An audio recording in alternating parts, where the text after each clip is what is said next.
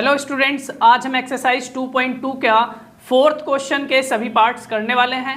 तो चलिए fourth question को पढ़ लेते हैं। पहले फोर्थ क्वेश्चन में है find the zero of the polynomial in each of the following cases. इसका मतलब है कि जितने भी पॉलिनोमियल्स दे रखे हैं उनके हमें जीरो निकालने हैं। जीरो क्या होता है इस बात को आप पहले समझो।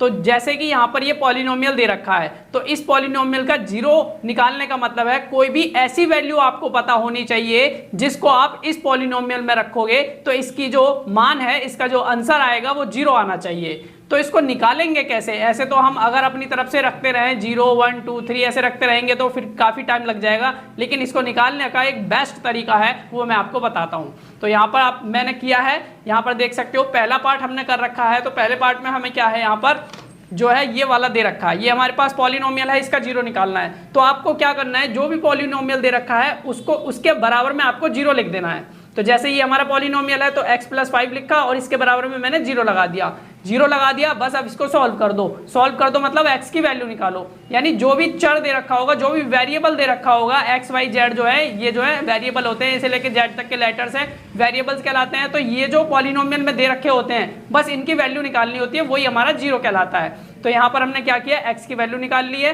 इस +5 को हम इधर लेके गए तो -5 हो गया। x का मान जो है कितना आ गया, x की वैल्यू -5 आ गई। ये -5 जो है यही इस पॉलिनोमियल का क्या है, जीरो है। तो हमने यहाँ लिखा दस the zero of the polynomial is -5। तो इस प्रकार ये जो जीरो हो जाएगा इस पॉलिनोमियल का क्या होगा, -5। नेक्स्ट पार्ट हमारे पास है, ये वाला पॉलिनोमियल है तो x -5 के बराबर में हमने इक्वल में क्या लिख दिया, जीरो। और यहाँ से x ये जो -5 है इसको इस तरफ लेगा, इस साइड हमने शिफ्ट कर दिया तो क्या आ गया +5।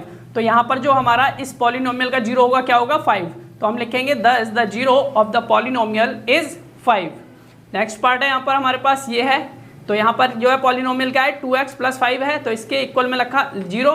अब यहाँ पर से इसको हम इधर ले गए तो -5। अभी यहाँ पर ये 2x और है तो हमें x की वैल्यू निकालनी है। तो आगे हमने क्या किया, यहाँ पर देखो मल्टीप्लाइड है, जब मल्टीप्लाइड होगा तो दूसरी तरफ जाएगा तो डिवाइड में पहुंचेगा, तो ये कहाँ पहुंच जाएगा, नीचे। तो 2 हम यहाँ नीचे आ गया, बट्टे में आ गया तो -5/2 आ गया। x की वैल्यू कितनी आ गई, -5/2। हम यहाँ लिखेंगे दस the zero of the polynomial is -5/2।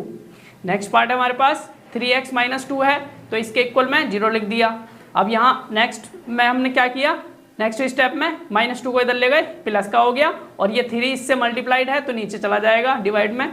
तो क्या आ गया, 2/3। x की वैल्यू कितनी आ गई, 2/3, जो कि हमारा जीरो है। तो यहाँ लिख देंगे दस the zero of the polynomial is 2/3। Next part हमारा इसमें दे रखा है सिर्फ 3x, तो 3x के इक्वल में क्या लिखा, जीरो। अब यहाँ से 3x के इक्वल में जीरो लिख दिया, ये 3 कहाँ जाएगा, नीचे इस जीरो के अपॉन में पहुँच गया। तो जीरो को हम किसी भी नंबर से डिवाइड करेंगे जीरो को छोड़कर तो कितना आएगा, जीरो ही आएगा। तो x की वैल्यू कितनी आ गई, जीरो। इस प्रकार यानी दस the zero of the polynomial is zero, यानी इस पॉलिनोमियल का जो जीरो हो जाएगा जीरो ही होगा, जीरो। नेक्स्ट पार्ट है हमारे पास, यहाँ पर ये ax या कॉमा में a is not equal to zero बोल रहा है। तो इस बात ये जो यहाँ पर दे रखा है ना, ये आपको सिर्फ कंफ्यूज करने के लिए दे रखा है और कुछ भी नहीं है। हमारा जो क्वेश्चन है वो ये है ax इतना है और ax के इक्वल हमने क्या लिखा, जीरो।